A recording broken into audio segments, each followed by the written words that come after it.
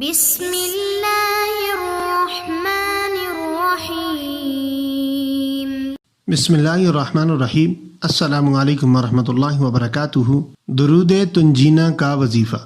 آج ہم کوشش کریں گے کہ وظائف اینڈ حکمت چینل کے توسط سے اس کا پراپر اور جامع جواب دیا جائے۔ معزز ناظرین، ایسی خوبصورت ویڈیوز ہم آپ کے لیے وقتاً فوقتاً پیش کرتے رہتے ہیں۔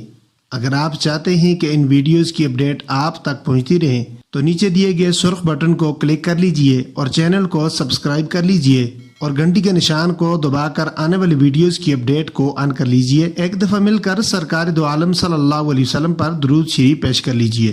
اللہم صلی علی محمد وعلی آل محمد کما صلیت علی ابراہیم وعلی آل ابراہیم انک حمید مجید۔ اللہم بارک علی محمد وعلی آل محمد کما بارکت علی ابراہیم وعلی آل ابراہیم انک حمید مجید۔ معزز ناظرین، آج جو عمل آپ کی خدمت میں لایا ہوں، اس عمل سے انشاءاللہ میں یقین سے کہتا ہوں کہ آپ کے ناممکن مسائل حل ہو جائیں گے، ناممکن حاجتیں پوری ہو جائیں گی، بڑی سے بڑی مشکلات ٹل جائے گی، بے اولادوں کو اولاد مل جائے گی، امتحان میں اللہ عز و جل کامیابیاں نصیب فرمائیں گے۔ اگر کسی کی پسند کی شادی کا مسئلہ ہے تو اللہ عز و جل راہ ہموار کر دیں گے۔ شفا کے لیے اگر آپ پڑھیں، نرینہ اولاد کے لیے پڑھیں، اگر کسی کا شوہر روٹھا ہوا ہے اس کو راہ راست پر منانے کے لیے پڑھیں، الغرض کسی بھی جائز مقصد کے لیے آپ یہ عمل کر سکتے ہیں۔ وظیفہ غور سے سنیے گا۔ درود تنجینا آپ نے 3 دن میں 1100 مرتبہ پڑھنا ہے۔ اور درود تنجینا ہے کیا؟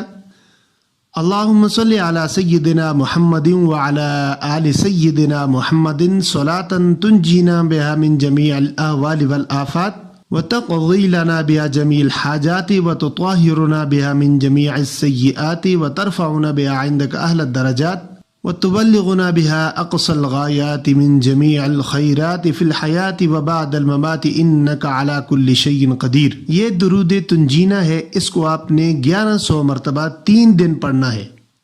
پہلے دن آپ نے 366 مرتبہ پڑھنا ہے، یعنی 366 مرتبہ آپ نے پہلے دن پڑھنا ہے، اور دوسرے دن بھی آپ نے 366 مرتبہ پڑھنا ہے۔ جب تیسرا دن آئے گا آپ کا تو تیسرے دن آپ نے 368 مرتبہ آپ نے پڑھنا ہے، یعنی 368 مرتبہ آپ نے پڑھنا ہے۔ اس طرح جب آپ 3 دن ان مقدار کو دہرائیں گے تو یہ 1100 مرتبہ بن جائے گی۔